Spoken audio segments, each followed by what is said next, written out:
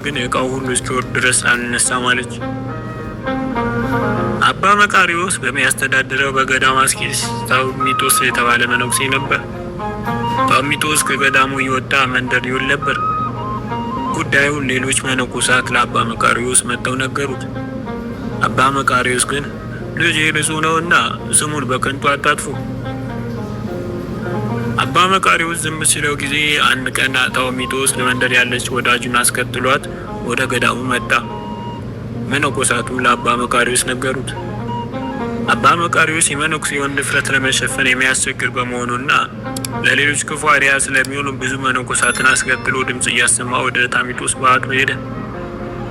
ታውሚጦስ አባ መቃርዮስ ወደ እርሱ እንደመጣ ሲያውቅ በልጅቷ ላይ ቅርጫት ደፋባት። መቃርዮስ ግን የተሰወረውን ይመለከት ነበርና የሆነውን አወቀ። ስለዚህም በቅርጫቱ ላይ ተቀምጦ ፈልጓት። ተከትሎት የመጡት መነኮሳት ቢፈልጓት ጣት። አባ መቃርዮስም ንጹሕ ልጄ ለምን ታሞታላችሁ? በሉ ውጡ፣ የማጫውተው ነገር አለኝና። መነኮሳቱ ከወጡ በኋላ ልጄ እንዴት ሆነ ትኖራለህ? ያም ታውሚጦስ የተባለ መነኩሴ እንዲህ ሲል መለሰልን። በአንተ ጸሎት ጾር ጠፍቶልኛል። አባ መቃርዮስም እኔ 80 ዘመን እንኳ አልጠፋልኝም። ወዲያውም ልጄ ሆይ ፈጣሪ በአንተ ላይ ከመፍረዱ በፊት አንተ በራስህ ላይ ፍረድ። ታውሚጦስም እንዲህ አለው፣ ብፈራ ነው እንጂ በልጅቷ ላይ ቅርጫት ደፍቼባታለሁ፣ በቅርጫቱም ተቀምጠህበታል። አባ መቃርዮስም ልጅቷን ከቅርጫቱ ውስጥ አውጥቶ ለምን ይህን አደረግሽ? እሷም እንደዚህ አለች፣ እርሳቸው አመጡኝ፣ ምን ላድርግ? ካሁን በኋላ ውለተ ምግብ የዮሐንስ ወንጌልን አታስታጉል ብሎት መክሮት ሄደ። አባ መቃርዮስ ከበዓቱ ወጥቶ ሲሄድ ድንጋዮች እየተከተሉት መቃርዮስ በምድር ላይ እንደ አምላክ ሆነ ብለው አመሰገኑት። አንድ ጊዜ በተራራው ላይ የሚገኙ አረጋውያን አበው ወደ ገዳመ አስቄጥስ ከአባ መቃርዮስ ዘንድ እንዲህ ብለው መልእክት ላኩ። እባክህ ወደ ጌታ ከመሄድ በፊት እኛን ለማየት ውጣ፣ ያለበዚያ ሁሉም ሰው ሲያዝን ይኖራል። አባ መቃርዮስም ተነስቶ ወደ ተራራው ወጣ። እዚያ በደረሰ ጊዜም ሁሉም ተሰብስቡና አንድ ምክር ንገረን። አባ መቃርዮስም እንዲህ ያለ መምከር ጀመረ። ወንድሞቼ ኑ እናልቅስ፣ እንባዎቻችንም ከዓይኖቻችን እንደ ጎርፍ ይውረዱ። እንባዎቻችን የገዛ ሰውነታችን ወደሚቃጠሉበት ስፍራ ከመሄዳችን በፊት። ሁሉም በዚህ ጊዜ ሁሉም ወደ ምድር ተደፍተው አለቀሱ። ከዚያም አባ ሆይ ጸልይልን። ልጅ ሆይ ጌታን ለማገልገል ስትነሳ ነፍስህን ለተጋድሎ አዘጋጃት፣ ልብህን አጽናው። ማንኛውም ነገር በትዕግስት ተቀበለው። በየቦታው ማንኛውም ነገር በመልካም ተቀበለው። ማንኛውም ነገር ያለ ፍቃድ እግዚአብሔር አይፈጸምምና የእግዚአብሔርን ፍቃድ ለመፈጸም የምትሻ ነፍስ ከሁሉም በላይ ትዕግስትን፣ ጽናትን፣ ተስፋ ገንዘብ ለማድረግ መጋደል አለባት። ከዲያብሎስ ዘዴዎች አንዱ በመከራችን ሰዓት እንድንፈስ ማድረግ ነው። በዚህ ጊዜ በእግዚአብሔር ላይ ያለን ተስፋ እናሟጣለን። እግዚአብሔር በእርሱ ተስፋ የምታደርግ ነፍስ እግዚአብሔር አይረዳኝም እስክትል ድረስ በመከራ እንድትንገላታ አይተዋትም። ቅዱስ ጳውሎስ ከሚቻላችሁ መጠን ይልቅ ትፈተኑ ዘንድ የማይፈቅድ እግዚአብሔር የታመነ ነው፣ ሲታገዙም ዘንድ እንድትችሉ ከፈተናው ጋር መውጫውን ደግሞ ያደርግላችኋል ብሏል። ሰይጣን ነፍስን የሚፈትናት በሚፈልገው መጠን ሳይሆን እግዚአብሔር በፈቀደለት መጠን ነው። በበቅሎ ላይ፣ በአህያ ላይ፣ በግመል ላይ ምን ያህል ሸክም መጫን እንዳለበት ባለቤታቸው ያውቃል። ሸክላ ሰሪም በእሳት ውስጥ ረጅም ጊዜ በመቆየት እንዳይቃጠልበት የቱን የሸክላ በእሳት ውስጥ ለምን ያህል ጊዜ ማቃጠል እንዳለበት ያውቃል። በሌላም በኩል በሚገባ ከመጠንከራቸው በፊት ከእሳት እንዳይወጡም ያደርጋል። ሰው ስለ ገንዘቡ ይህን ያህል ካሰበ እግዚአብሔርማ ምን ያህል ያውቅ። በእርግጥም በእያንዳንዷ ነፍስ ላይ መጫን ያለበትን የፈተና መጠን ያውቃል። ስለዚህም እያንዳንዱን ነፍስ ለመንግሥተ ሰማያት ብቁ ያደርገዋል።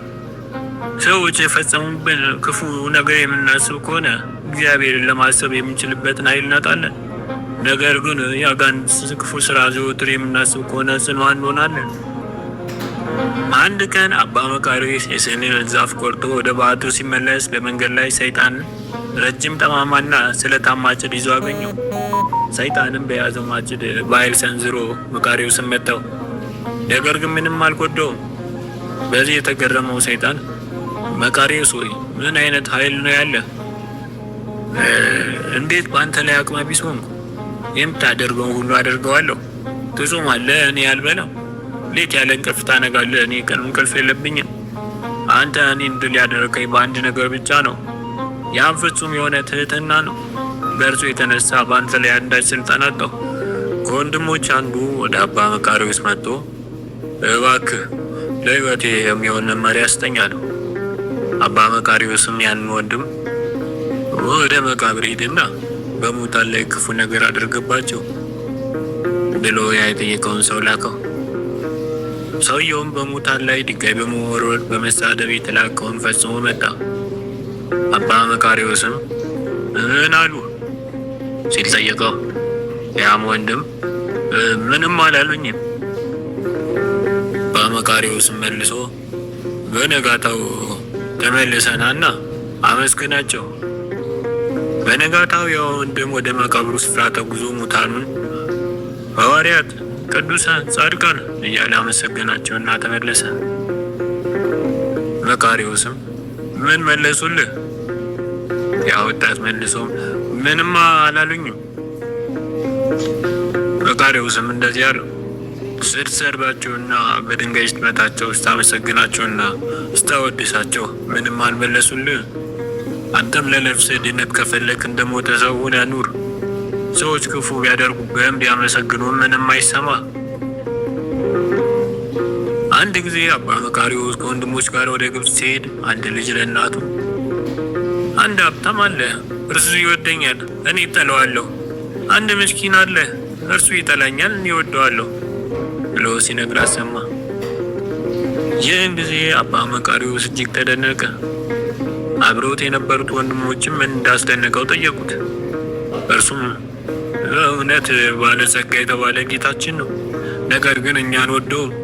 ምስኪን የተባለው ዲያብሎስ ግን እኛን ይጠላናል፣ እኛ ግን ክፋቱን እንወድለታለን። Approaching the station.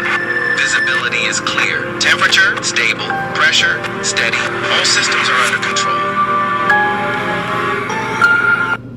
የተባለው ዲያብሎስ ግን እኛን ይጠላናል፣ እኛ ግን ክፋቱን እንወድለታለን። አባ ቤጢሞስ የሚከተለውን ታሪክ አባ መቃርዮስ እንደሰማ ተናገረ።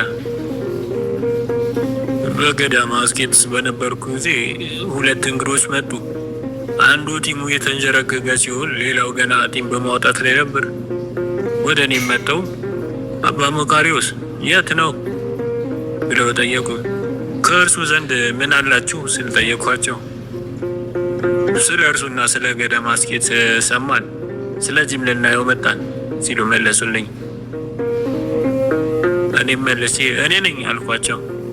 እጅ ነሱኝና እዚህ መኖር እንፈልጋለን። ገና መከራ ያልቀመሱና በቅንጦት ያደጉ መሆናቸውን ተመልክቼ እዚህማ ለመኖር ይከብዳችኋል አልኳቸው። ታላቅየውም እዚህ መኖር ካልቻልን ሌላ ቦታ እንጓዛለን። ወዲያው ለራሴ ለምን አባረራቸዋለሁ? ለምን ስነ የመሰናከያ ድንጋይ ይሆንባቸዋለሁ? በቦታ ያለው መከራ ራሱ በፈቃዳቸው እንዲሄዱ ያደርጋቸዋል ብዬ አሰብኩኝ። ከዚያም መልሼ ኑ ለራሳችሁን ባት ስሩ፣ ቦታውን አሳየንና አንዲት ባት እንሰራለን።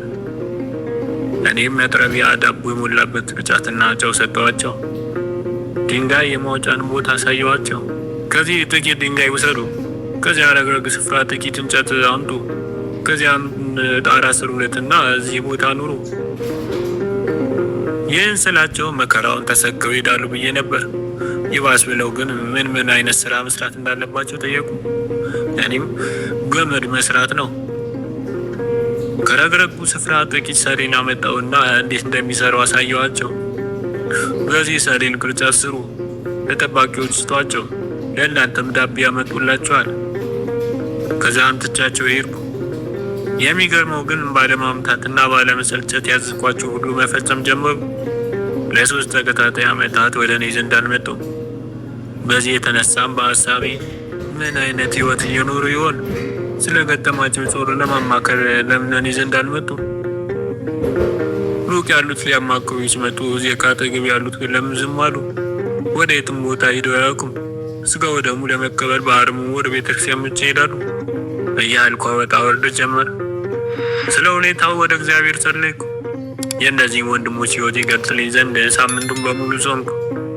በሳምንቱ መጨረሻ ተነሳውና ልጎበኛቸው ወደ ባታቸው አመራው። በሩን ሳንኳኳ ከፈቱልኝና በአርምሞ ሰላም ሰጡኝ። ጸሎት ካደረገን በኋላ አረፍ አልኩ። ታላቅየው ለታናሹ ምልክት ሲሰጠው ታናሹ ወጥቶ ሄደ። ታላቁም ቁጭ ብሎ ገመዱን መጎንጎን ቀጠለ። ምንም ቃል አልተነፈሰም። ልክ 9 ሰዓት ሲሆን ታናሹ አንኳኩቶ ገባና በታላቅየው ምልክት ሰጭነት ገበታ አዘጋጀ። ቀጥሎም ከፊታችን በአርምሞ ቆመ። እኔም ተነስተን በገበታው አንሰየም አልኩና አብረን ቀረብን። ምሽቱ ሲቃረብ አባ ትሄዳለህን ብለው ጠየቁኝ።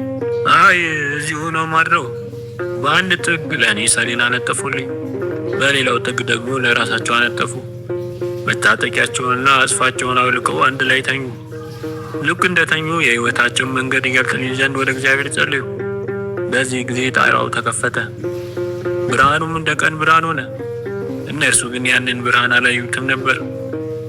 ልክ የተኛው በመሰላቸው ሰዓት ታላቅየው ጎኑን ነካ ነካ አድርጎ ታናሹን ቀሰቀሰውና ተነሱ። መታጠቂያቸውን አስረው እጆቻቸውን ወደ ሰማይ ዘረጉ።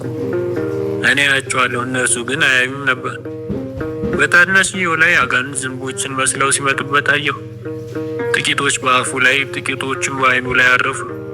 የእግዚአብሔር መልአክ ዙሪያውን ከቦ በነበልባዊ ሰይፍ ሲያባርራቸው ተመለከቱ። ወደ ታላቅየው ግን ፈጽሞ አይቀርቡም ነበር።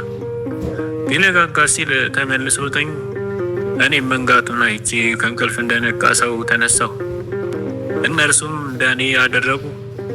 ታላቅየውም 12 መዝሙራት እናዚማቸው ነ ሲል ጠየቅኝ። መልካም ነው አልኩትኝ። ታናሽየው 6 መዝሙር አንድ እያደረገ ሃሌሉያ እያለ 5 መዝሙራትን አዜመ። በዚህ ጊዜ ከአንደበቱ እሳት እየወጣ ወደ ሰማይ ሲያደርግ አየሁ። ታላቅየውም በተመሳሳይ ሁኔታ መዝሙራትን ሲያዝም የእሳት አምድ ተዘርግቶ ወደ ሰማይ ሲወጣ ተመለከትኩ። እኔም በበኩሌ በልቤ የተወሰኑት መዝሙራት አዜምኩ። ከዚያም ጸልዩልኝ ብያቸው ወጣሁ። እነርሱ ግን ቃል ሳይወጣቸው እጅ ነስተውኝ ተሰናበቱኝ። ታላቅየው ከፍጹምነት ደረጃ መድረሱን፣ ታናሽየው ግን ገና አጋንንት እየተዋጉት መሆኑን ተረዳው። ከጥቂት ቀናት በኋላ ታላቁ አረፈ። ከ3 ቀን በኋላ ደግሞ ታናሹ ተከተለው። አበው አባ መቃርዮስ እንዲጎበኙ በመጡ ቁጥር ወደ እነዚያ ወንድሞች ባት ይወስዳቸውና ኑ የወጣት እንግዶችን የሰማዕትነት ስፍራ እዩ እንደዚህ ይላቸው ነበር።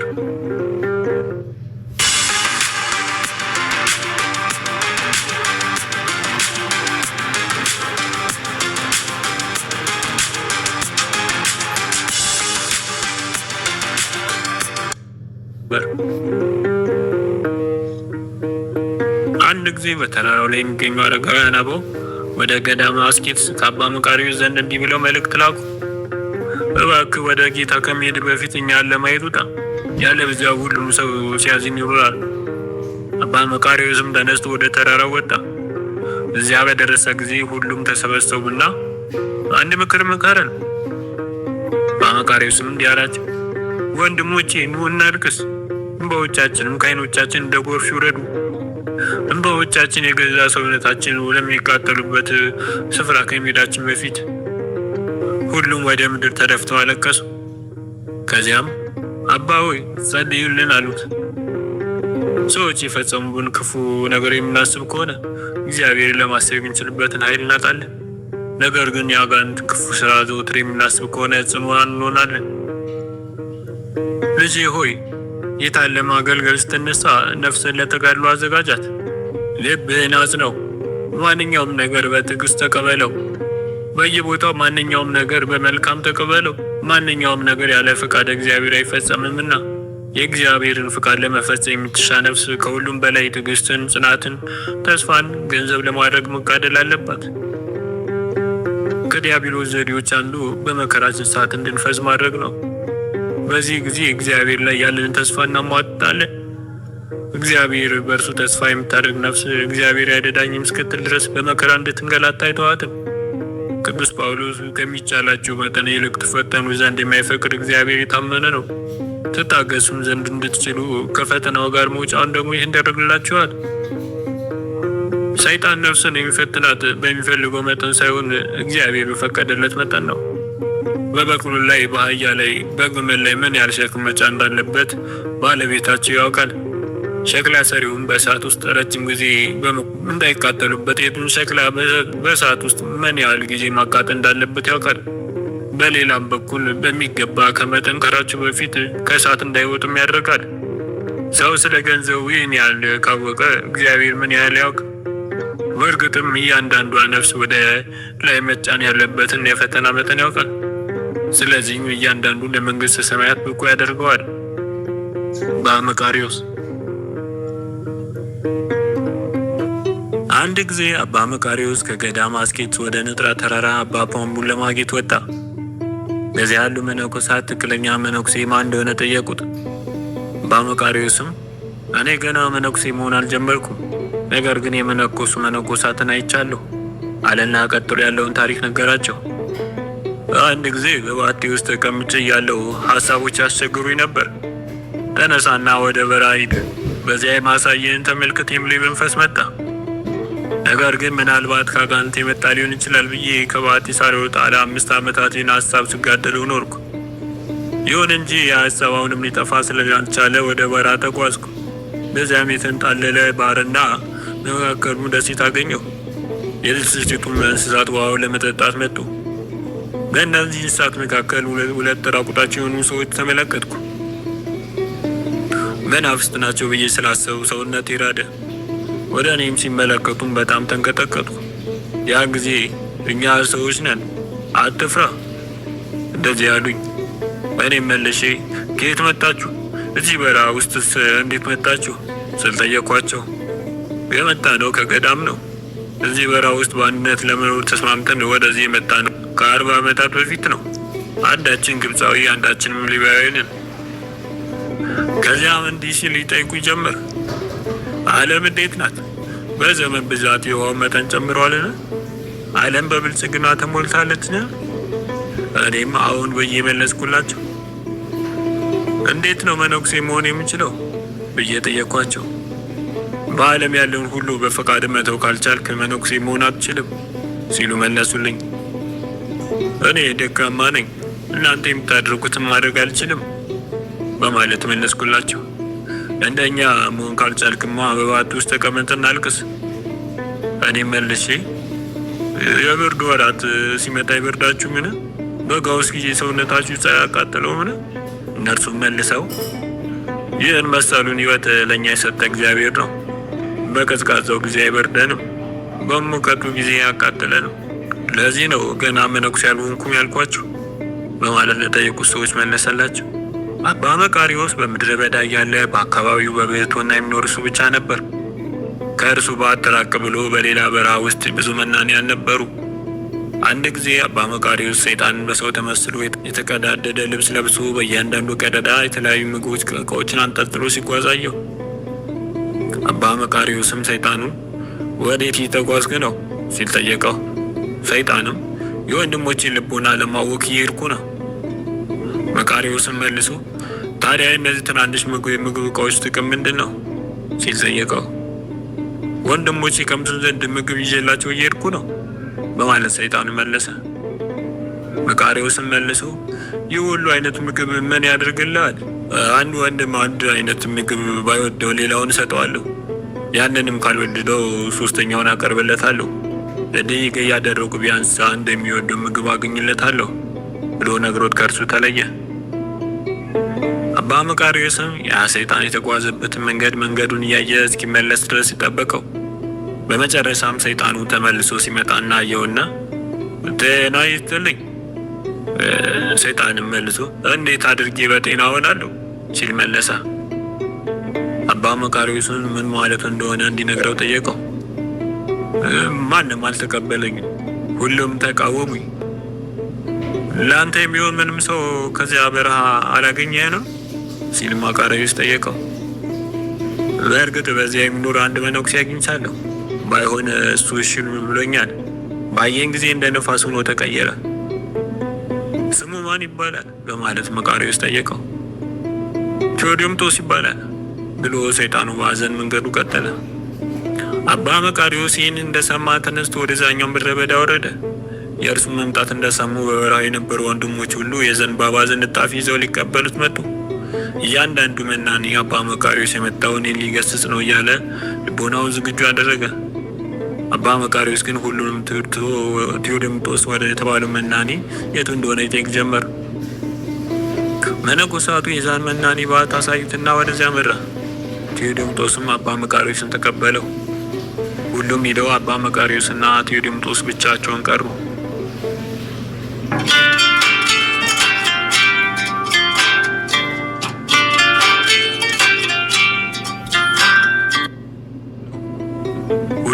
አባ መቃርዮስና ቴዎድምጦስ ብቻቸውን ቀሩ። አባ መቃርዮስም ሕይወት እንዴት ነው ሲል ቴዎድምጦስን ጠየቀው። እርሱም በጸሎት የተነሳ ሁሉም ነገር ደህና ነው። ክፉ ሀሳብ በልቦና እየመጣ ይፈታተንም ሲል አባ መቃርዮስ ጠየቀው። ቴዎድምጦስ ግን አባ መቃርዮስን ስለፈራው አይ ሰላም ነኝ ብሎ መለሰለት።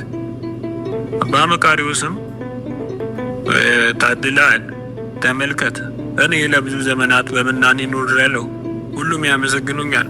ምንም እንኳ አረጋዊ ብሆን መንፈስ ሕዝቡን አሁንም ይፈታተነኛል በማለት ነገረው። ቴዎድምጦስም አባቴ ሆይ ይህንማ እኔንም ይፈታተነኛል። አባ መቃርዮስም ያ ወንድም ሌሎችን እስኪነግረው ድረስ ገፋበት።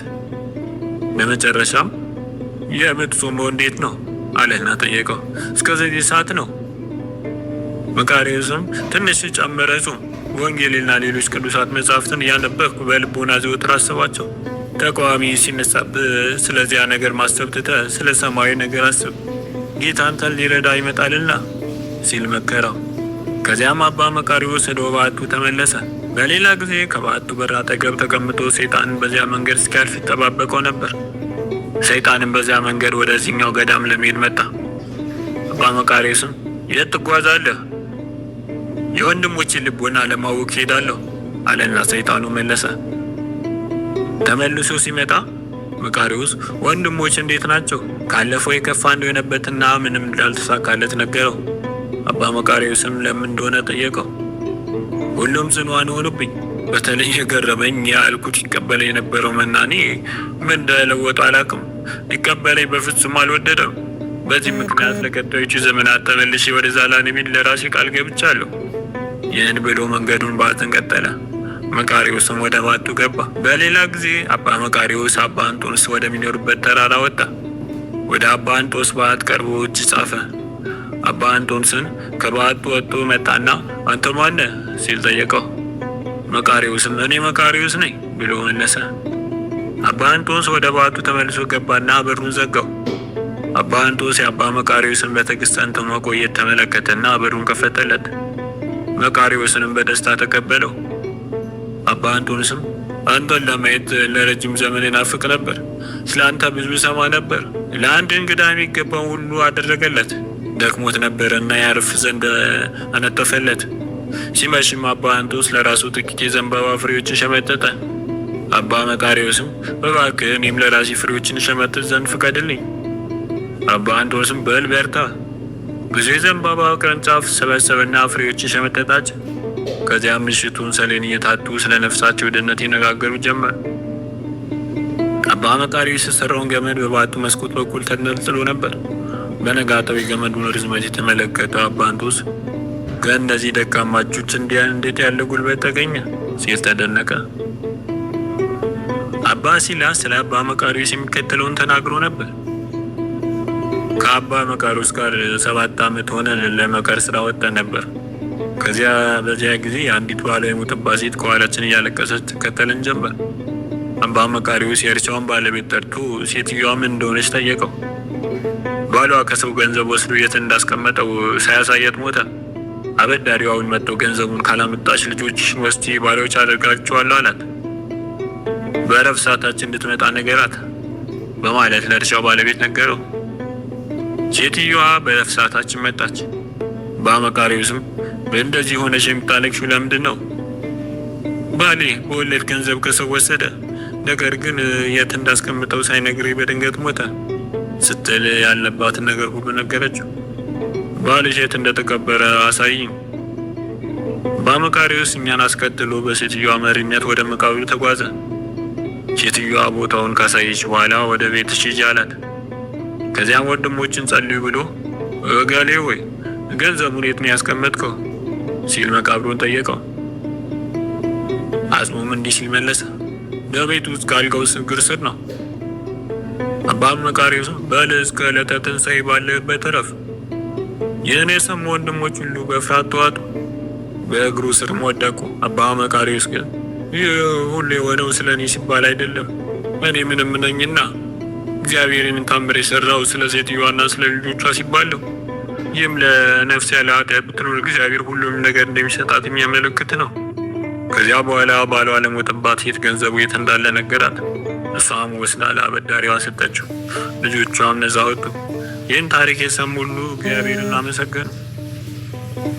በአንድ ወቅት አባ መቃርዮስ ይህንን ታሪክ ተናግሮ ነበር። ወጣቱኝ በአንዲት ባት ውስጥ ስኖር መንደሩ ጸሐፊ ሊያደርጉኝ ፈለጉ። ይህንን ክብር መቀበል ስላልፈለጉ ሸሽቼ ወደ ሌላ መንደር ገባሁ። ሸሽቼ ሲሄድም አንድ ሰው አብሮኝ ነበረ። ያም ሰው እኔ በእጄ የምሰራውን እየሸጠልኝ ያገለግለኝ ነበር። በዚህ መሀል በዚያ መንደር የነበረች አንዲት ድንግል ሕጋዊ ባልሆነ መልኩ አረገዘች።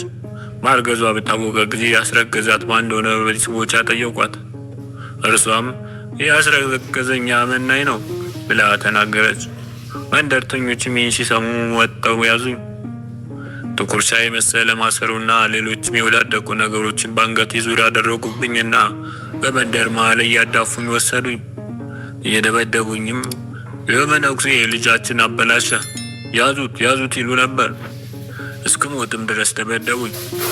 ከሽማግሌዎች አንዱ ወደ እኔ ቀርበና ህዝቡን ምን መስራታችሁ ነው? ይህን እንግዳ መነኩሴ ሲሞት መደብደባችሁ ለምንድን ነው? በማለት ተቆጣቸው። ضروري ابى اجددها. شو السالفه؟ ليش ما تشترين؟ ابى اعبي رصيد دو. ها زين هي ابوي ማለት ተቆጣቸው። ያ ያገለግለኝ የነበረ ሰው አፍረት ተከናንቦ ከኋላ ይጓዝ ነበር። እርሱንም ይሰድቡት ነበር። ተመልከት፣ ይህንን የምታገለግለው መነኩሴ ምን እየሰራህ አየህ? እንደዚህ በማለት ይከሱት ነበር። የልጃገረዷ ወላጆች እርሱን ለመንከባከብ ቃል እስኪገባ ድረስ አትልቀቁት። ልጅቱን ለመንከባከብ ቃል ገብቼ ስለቁኝ ወደ ባቲ ተመለስኩ። ከዚያም የሚያገለግለኝ ሰው ያሉኝን ቅርጫት ሁሉ ይሽጥና ለዚያ ሲሰጥልኝ አልኩት። እርሱም እንዳልኩት አደረገ። ለራሴም መቃርዮስ ወይ ለራስ ሚስት አግኝተሃል፣ እርሷን መንከባከብ ትችል ዘንድ ካለፈው የተሻለ ስራ መስራት አለብህ ብዬ ነገርኩት። ሌትና ቀን እየሰራው የማገኘውን ሁሉ ለእርሷ ልክላት ነበር። የዚያች ሴት መውለጃዋ ጊዜ ደረሰ። ነገር ግን ለብዙ ቀናት ብታመጥም መውለድ አልቻለችም። መንደርተኞቹ ምንድን ነው ችግሩ በማለት ጠየቋት። እርሷም ምክንያቴን አውቀዋለሁ፣ ያንን መናኝ ባላደረገው ኃጢአት ስለወነጀልኩት ነው። ያስረገዘኝ እርሱ አልነበረም፣ ያስረገዘኝ ስገሌ ነው ብላ እውነቱን ተናገረች። በዚህ ጊዜ ያገለግለኝ የነበረው ሰው ተደስቶ ወደ እኔ እየሮጠ መጣና የሆነውን ሁሉ ነገረኝ። ያቺ ሴት ያስረገዘኝ መነኩሴው አይደለም እስክትልና እውነቱን እስክትናገር ድረስ መውለድ አልቻለችም። መንደርተኞች ሁሉ መጥተው ይቅርታ ሊጠይቁ በዝግጅት ላይ ናቸው አለኝ። ነገር ግን ይህ ስሰማ ህዝቡ ስለ እኔ መልካም በማውራት ነፍሴን በውዳሴ ያዝሏታል ብዬ በመፍራት ሸሸሁ። ወደዚህ ገዳም መጣሁ። አንድ አረጋዊ አባት ቅዱሳን አባቶችን ያሳየው ዘንድ እግዚአብሔር ለመነው። እግዚአብሔርም ከአባ እንጦንስ በቀር ሁሉንም አሳየው። ይመራው የነበረውን መልአክ አባ እንጦንስ የት አለ ሲል ጠየቀው። ያም መልአክ እግዚአብሔር ባለበት ስፍራ በዚያ ያ አባ እንጦንስ አለ። አንድ ጊዜ አባ እንጦንስ ከቁስጥንጥንያው ንጉሥ ቆስጠንጢኖስ ወደ ቁስጥንጥንያ እንዲመጣ መልእክት ደረሰው። ልሂድ ወይስ ልቅር በሚለው ሀሳብ ውስጥ እያለ ረዱን ምን ትመክረኛለህ ሲል አባ እንጦንስ ጠየቀው። ያም ረድህ ከሄድክ እንጦንስ ትባላለህ፣ እዚሁ ከቆየ ግን አባ እንጦንስ ትባላለህ። አባ እንጦንስም ምክሩን ተቀብሎ ቀረ።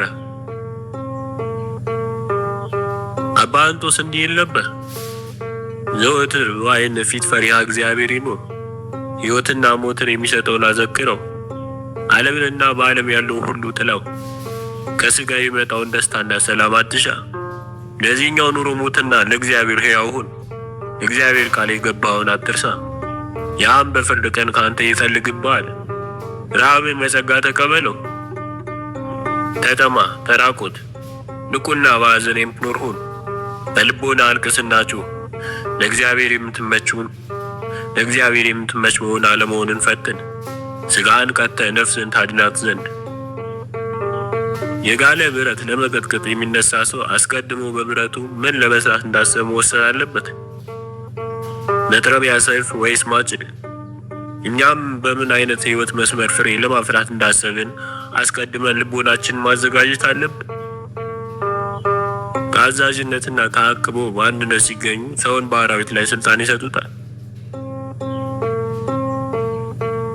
አባ አንጦስ አባ ጳውሊን ሊጠይቀው በሄደ ጊዜ አባ ጳውሊን እስኪ ይህን ስርዓት ምንኩስና ከኔ በኋላ ይቀራል ወይስ ይቀጥላል የሚለውን ከእግዚአብሔር ጠይቅልኝ። አባ ጳውሊን በጸሎት እግዚአብሔርን ጠየቀለት። ከጸሎት በኋላ የአባ ጳውሊ ገጽ በደስታ ተሞላ። አባ አንጦስም ምን አየህ ብሎ ጠየቀው። አባ ጳውሊም ነጫጭ ርግቦች አንተ እየመራቸው በጠፈር ላይ ሲሄዱ አየሁ። አባ አንጦስም ምንድን ናቸው?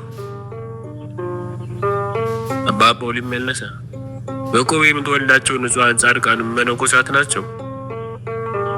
አባ አንጦስም ደግሞ እስኪ ደግመህ አመልክትልኝ። አባ ጳውሊም በድጋሚ ሲጸልይ ፊቱ በሐዘን ተሞላ። ምን ነው ሲል አባ አንጦስ ጠየቀው።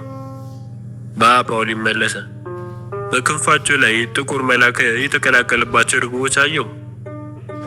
እነዚህ ደግሞ ምንድን ናቸው ሲል አባ አንጦስ ጠየቀ። ጽድቅና ኃጢአትን እየቀላቀሉ የሚሰሩ መነኮሳት ናቸው። አባ አንጦስም ለሶስተኛ ጊዜ እንዲያመለክትለት አባ ጳውሊን ጠየቀው። አባ ጳውሊም ጸለየ። በዚህ ጊዜ አባ ጳውሊ ድምፁ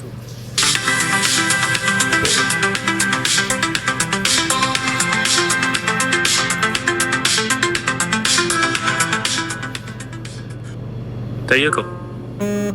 አባ ጳውሊም ጸለየ። በዚህ ጊዜ አባ ጳውሊ ድምፁ ከፍ አድርጎ ጮኸ፣ አለቀሰ። አባ አንጦስም ምን ነው? ምን ሆንክ? እንደ ቁራ ጠቁረው አየኋቸው። አባ አንጦስም ምንድን ናቸው ሲል ጠየቀው። ሹም ፈላጊዎች፣ ገንዘብ ወዳጆች፣ በጠዋቱ ከመኳንንት ጋር ለምግብ የሚቀመጡ በፍጻሜ ዘመን የሚነሱ ኃጥአን መነኮሳት ናቸው። አባ አንጦስም ለአባ ጳውሊ ንስሐ ሳይገቡ በሞት እንዳይወስዳቸው እስኪ እግዚአብሔር ለምንልኝ። የዚህ መልስ ግን ለአባ ጳውሊ አልመጣለትም።